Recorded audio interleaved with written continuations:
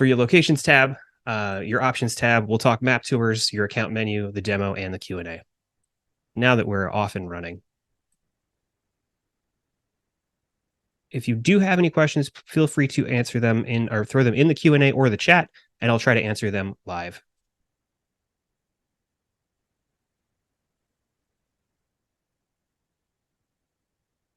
All right, so before we start, here's a quick overview just in case. There are three main components of your map: your locations, your categories, and your subcategories. Now, you may not be using subcategories with your map instance, and that's okay. I just wanted to mention that the three main components in relation to the settings that we're going to be talking about today.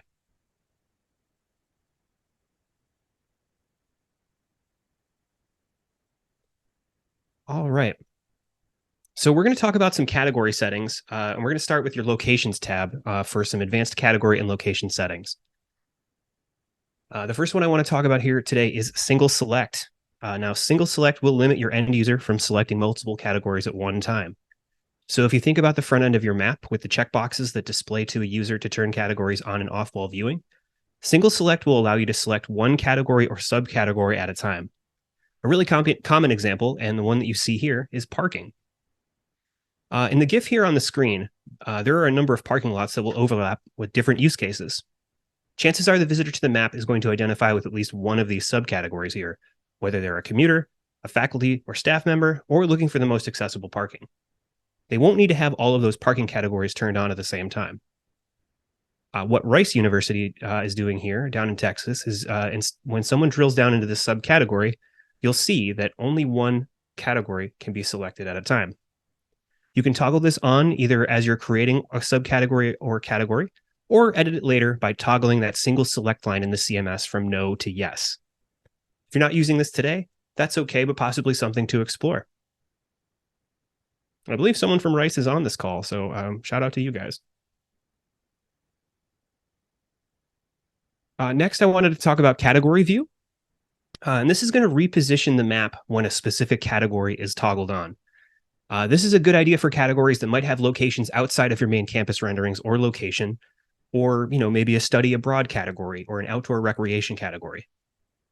In the example here, Milwaukee School of Engineering wants to encourage their visitors to explore Milwaukee and go see some of the city.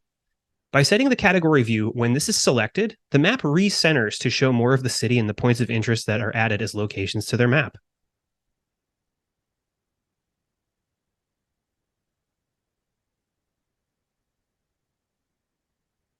Now, this next setting doesn't apply on all maps, so consider whether this might work for you. But marker zoom allows you to set the zoom level at which the map will move to when a location is open. So if you have a starting view that's maybe a little bit more zoomed out, as this example from University of North Georgia shows, that when they select Barnes Hall, the view is automatically zooming into that location on the map to give more context to where it is. Now, without this setting, this location marker would stay at that really far zoomed out level, which could be a little confusing for the map visitor to know exactly what they're looking at. This is set at the category level for the specific locations within your map. So you have a starting view that might be a little more zoomed out. You're going to set it by zooming to the level you want and clicking Save Zoom. Don't worry about the map tiles. We're only worried about the zoom level when saving at this particular setting. Now, if any of those settings sound interesting or useful to you, you have access to all of them in your CMS today, along with help articles for assistance or strategy on different use cases. If any of these sound like they might work for your map, please reach out to me or your client success manager for more info. Okay, so we're going to move over to a location setting now with location open. And when you're creating your location, after entering your important details, you can scroll down to find the location open setting. This will default to location display, which is the default sidebar or balloon view. You'll click the drop-down menu and select either external or share URL. Notice that once I've selected external or shared URL, the modules to have add media and description disappear. That's because external and share URLs will override that content. External URL uses the marker as one large call to action button or connect to a relevant page on your website. Check this target box to have the URL open in a new window. Share URL allows a location to open to a custom view of the map generated from a share URL you create. When a user clicks the location or polygon, it will change to the map view generated through the URL. Okay, so we'll take a closer look at that during our demo just a little later on, but in the interest of time, I'd like to move on to keywords. Now, your map team can add keywords to your locations to boost search results. This can be things like acronyms, nicknames, or even internal taxonomy, as these are not visible to your front-end map visitors. Here we see the keywords of 0425 and HEND being applied to Henderson Hall on the Texas A&M campus. These keywords will now be searchable in your sidebar menu and bring up the correct location when searched on the front end. The chart here in the middle shows the weight of those pieces of the location that have an impact on the search results on the map. For example, let's say you have the word coffee in the title, description, and keywords of a location. That would weigh higher in the search results versus a location that just has the word coffee in keywords alone. The weights combine to contribute to the search algorithm when someone searches a term, and they add up to put things higher or lower in your search results.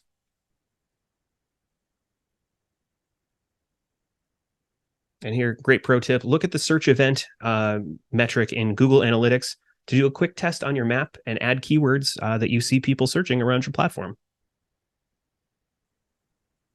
All right, so I want to move on to some visibility settings. And these next two are a bit of a wild card, as visible, private, and schedule are settings for both categories and locations. So all of the content on your map is going to default live to the front end, but within every category and location, there's a visible setting.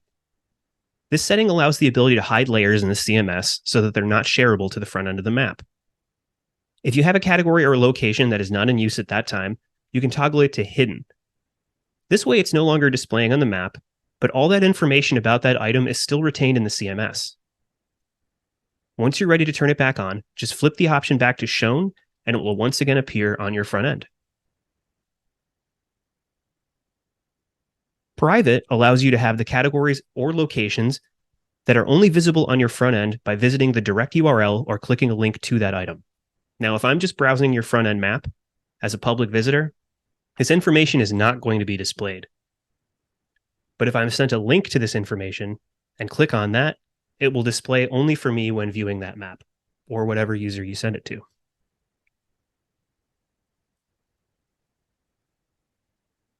Okay, I mentioned 2 wildcard entries, and here's the second one that can be edited for both categories and locations are your icon sizes. We offer 3 distinct sizes here, large, medium, and small, with their official sizes right there in the parentheses next to them. However, you can choose to have a custom marker size for your locations and categories to emphasize them as you see fit, up to 80 pixels. So to give you an idea, let's say all of your main points of interest on a campus receive the large icon size, where things like ATMs or bike racks can have a small icon because they might be much more frequent and less important than your main POIs on campus.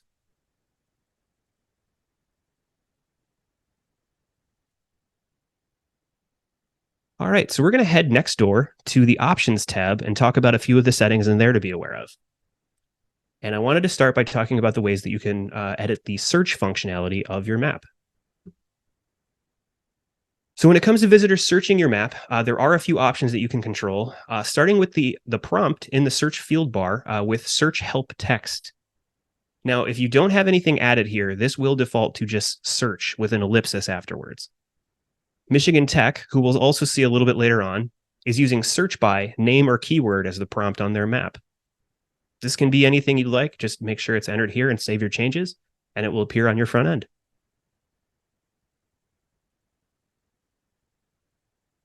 You can turn on strict search, which is a setting that will only show the exact matches of titles or keywords being used in your results.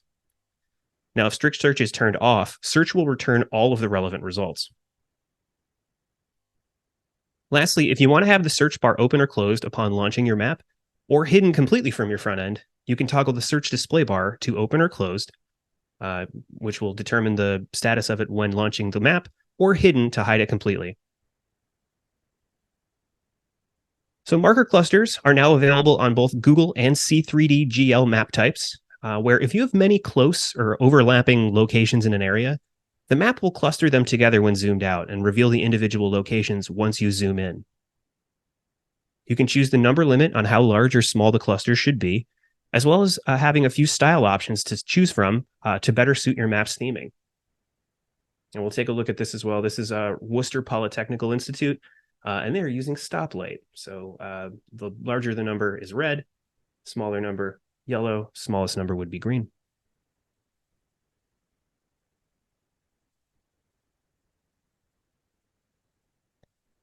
Now, I mentioned this before, and we here use this all the time at Concept3D. But if you are using Google Analytics 4, Google Tag Manager, or Capture Higher Ed tracking, the option tab is where you can add those ID numbers right from your map to start tracking right away. Now, if you're not using Google Analytics yet, you can get started at analytics.google.com. And we have a number of great Help Center articles about this, including one showing you a step-by-step process in setting up a property view in Google Analytics 4 for your map instance. As always, please reach out to your client success manager if you're having any issues with getting analytics set up or any of the options I had just talked about earlier.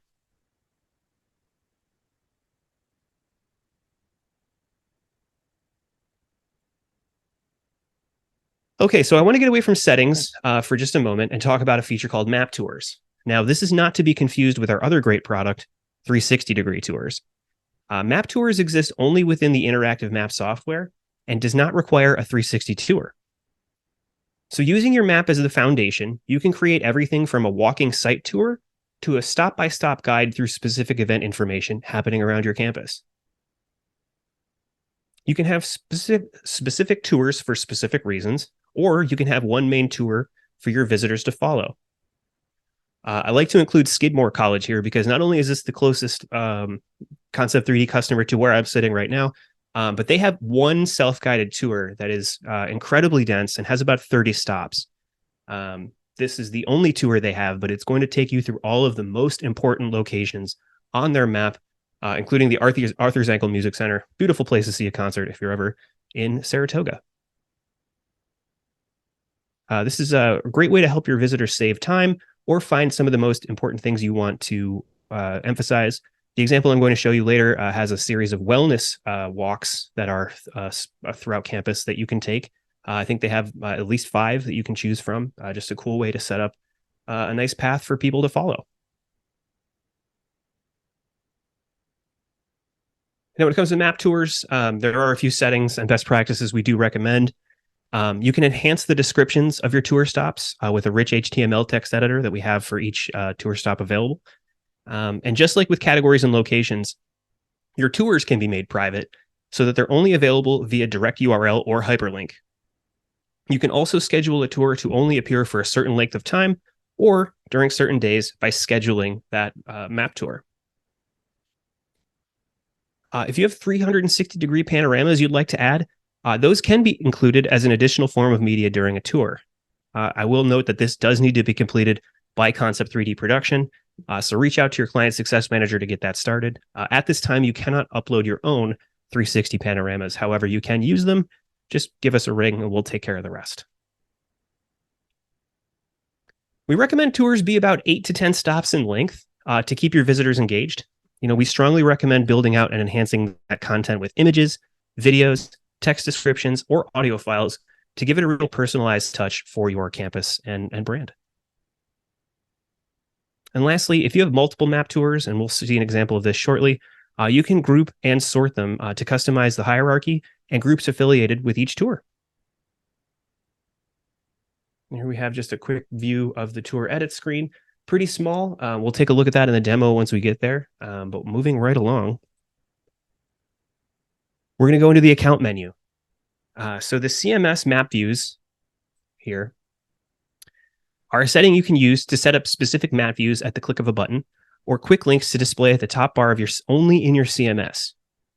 So in this example here, there are 2 buttons. One's going to bring you to the front end map view immediately, while the other is a link to a tutorial video for map team members to review if it's necessary. Again, this is only going to display in your CMS because if you wanted to add some to the front end of your map, you can use top bar buttons. Here we are with our friends at Michigan Tech again. as they have some great top bar buttons live on their map. The first one here is a collection of links living in a dropdown that have related information about the campus. The majors, degrees, and programs button, the request info button, and visit or apply are all external links that open in a new tab for more information on Michigan Tech. It's a really great way to just a great call to action and make sure if you have resources available for your community, you'll be able to access them right from your map. Okay, so peek behind the curtain here. I'm going to go ahead and leave full screen. And we're going to go into a demo here. And I'm just going to kind of walk backwards through some of the things. If there are any particular items you'd like me to focus on while I'm in here, but I do just have generally our map CMS open here. This is our Concept3D sample map, along with a couple of our customer examples that I'll share with you momentarily. But first and foremost, again, if you're not sure what I'm talking about when I say locations and options tab, right up here in the top left, you'll see locations. We'll show you a list of your locations and tours, and each one being able to edit. And then again, click over to options, which will open, and you can save your changes right up here. Starting with locations, we'll go ahead and just take a look at athletics. And now in here, in this menu, let me go ahead and make this a little larger for you. While we're in here, you see obviously icon size. We're just using the average one here for our athletics. However, if you wanted custom, you can go ahead and add that number or back to defaults where again, you have 20, 35, and large as options. Down here is that single select where if I wanted to make sure that you can only select one of these options at a time when in the athletics field, you would just go ahead and toggle that on and save your changes. But we'll let you pick multiple athletics at a single time, so we'll leave that one switched to no. Scrolling down a little further, here are those visible, private, and schedule settings. Visible, this is going to be the default. As again, everything defaults to live on the front end of your map. However, if you did want to toggle that off so that it's just not viewable but saves all of the information in your CMS, you would just toggle that there. A great example for this would be, let's say, if you added a Halloween category and, all of these Halloween events are happening, just within October, but as soon as November comes around, you don't have them anymore. You could just toggle that to not visible. And that category will remain in your CMS for next year that you can just flip back on once it's there. However, since you're not going to be using it most of the year, you can leave it as no. Private is the same. It's just a true false metric. When set to true, this will require me to either go to a direct link or hyperlink or URL to view that particular location. If this is set to false, it is just publicly available.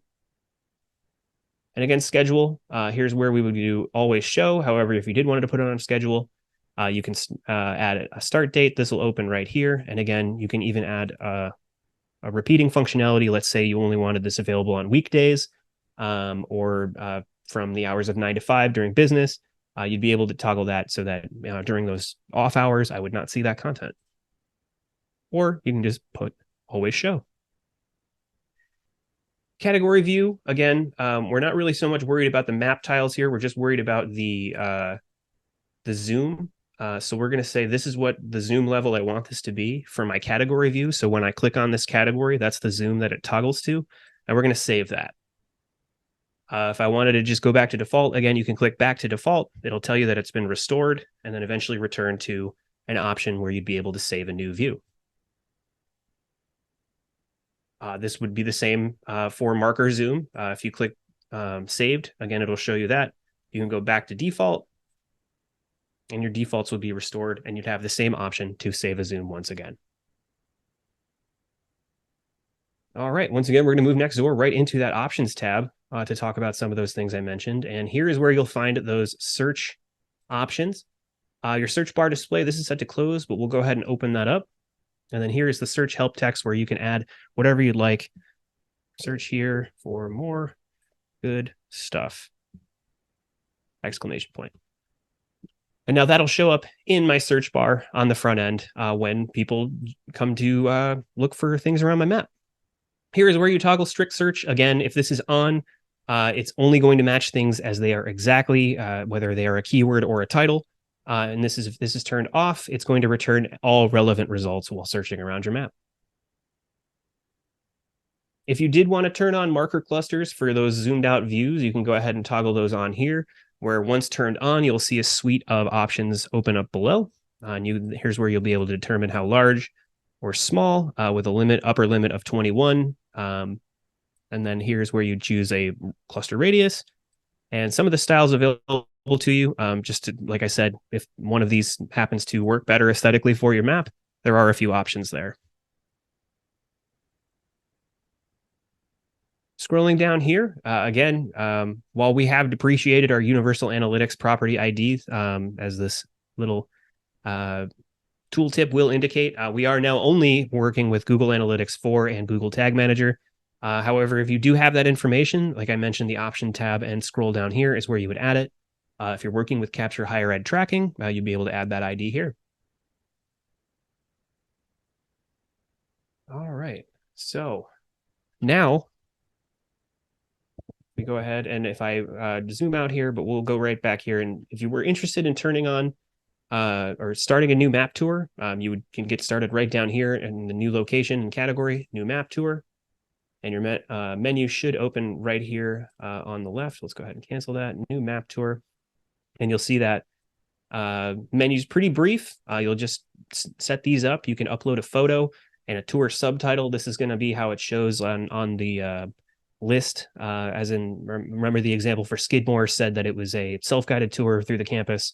That's just where they added that here along with the school logo. I'm going to jump all the way over here to this little icon here and head into the account menu. And while through the power of movie magic, I've actually done a little bit of this ahead of time. So we'll just jump over here to the CMS map views button. Now, again, this is where it'll take you once you click that account menu, and you'll see all these tabs up here that you can click on. We're going to talk about these two, as I mentioned from my presentation. CMS map views. This is where you would be able to add information to your CMS that is only seen by your map team. So if I go back to this Concept3D map here,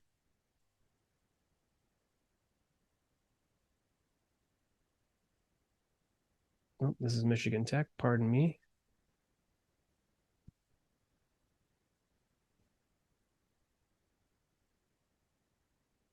These buttons here for the front end map view and click to view a map tutorial video are only accessible and visible by your map team. These do not show on the front end map, which if I click on, you'll see these have those top bar buttons that I mentioned that can also be edited right here.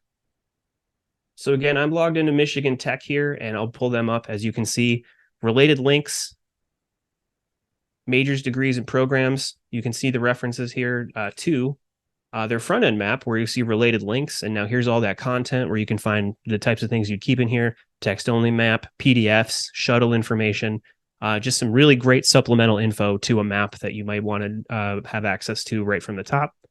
And then again, these are just buttons out to other web pages. You know, you can put a call to action such as visit, apply, suggest an update, or just go to a list of your majors and programs. Some really relevant stuff here from Michigan Tech that they're adding to their renderings here, and all just at the click of a button.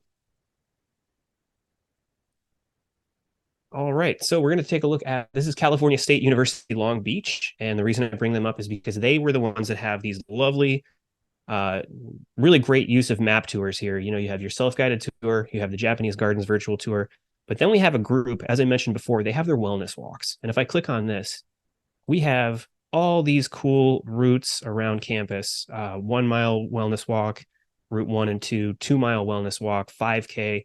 If I click on one, it's going to bring me to where it starts.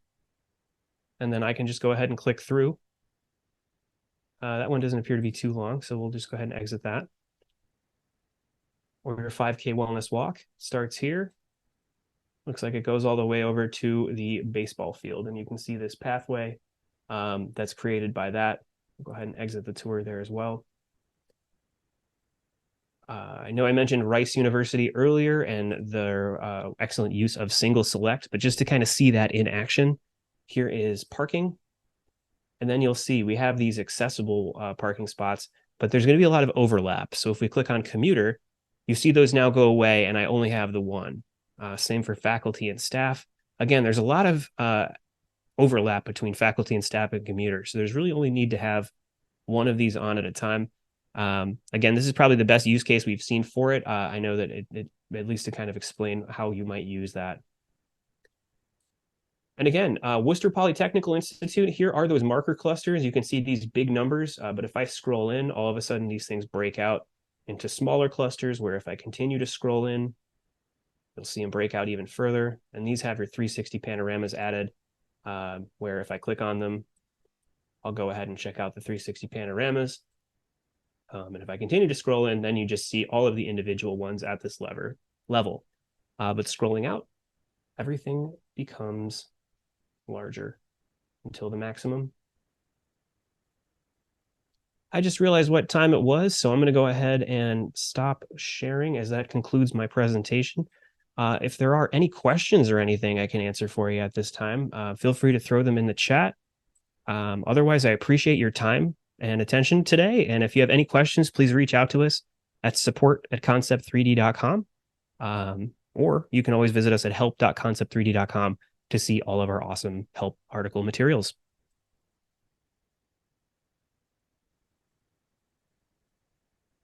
Well, thank you very much for attending. If you do have any questions, feel free to reach out to us via email, and have a wonderful rest of your Tuesday. Oh, I got a question here. Hold on. Whenever I Google our school's map, it's always listed low. How can I improve SEO? Claire, I'm going to have your client success manager reach out to you regarding that exact issue. We do have some tips and tricks we can help to address that. I just don't want to get too far in the weeds with that here. However, I do have your name, and we'll be reaching out later today. Absolutely.